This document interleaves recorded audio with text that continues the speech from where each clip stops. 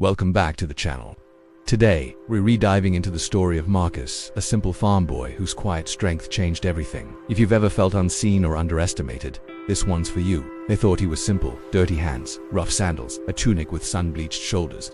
Marcus, the farm boy, wasn't what the city people noticed. When merchants passed through his family land, they saw nothing new. No statues, no fountains, no silks. Just a boy with dirt under his nails and a wheelbarrow full of hay. No one bothered to ask him anything unless it was, "Where's your father?" or "Which road leads out?" But Marcus was used to that. Quiet, steady, not angry, just unnoticed. He worked the same fields every season: winter, spring, heat, drought.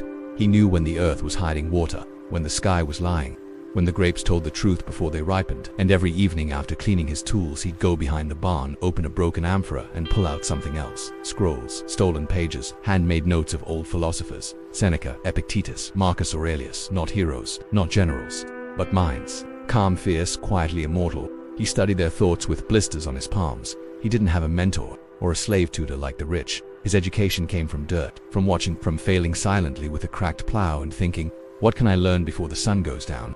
Each word he copied into the dirt with a twig. Each quote he repeated aloud under the stars. One night, he wrote this beside the coals of his fire: "The roots grow first. That's why no one sees the beginning of greatness." No one read those words. Not yet. One summer, a traveling senator's cart broke outside Marcus's gate. The wheel was jammed. No servants nearby. Just heat buzzing like bees around the almond trees. Marcus walked up silently, looked once at the wheel, cracked a root into place, lifted the weight like it was part of him. "Workman's strength," the senator chuckled. "A pity it never becomes wisdom."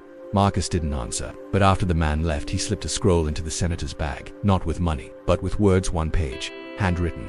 A letter, thoughtful, measured, dangerous in its depth. The boy returned to his daily planting. The wheel, the soil, the sun. He didn't expect anything. Because he wasn't seeking to be seen, he was becoming. 8 weeks later, a rider returned. "Marcus of the Hills." The messenger sneered, almost laughing. "Yes. The Senate requests your presence." For counsel, he went. Quietly, he stood inside a marble hall, surrounded by men in robes who signed laws and sipped wine aged longer than he'd been alive. He brought no scrolls with him, nothing but one phrase in his mind: "Wealth is measured by what remains after everything is taken." They asked him what he knew of justice. He talked about the harvest, the weight of water, the way the earth rewards patience, not pride. They asked him about ambition. He knelt beside a fallen fig, lifted it up and said, "The seed doesn't scream to grow, it just grows." They stopped laughing. Marcus didn't become rich. He returned to his farm, refused titles, quietly kept working. But now they listened when he spoke. City men sent their sons for one day of labor under his guidance. Senators quoted him in chambers.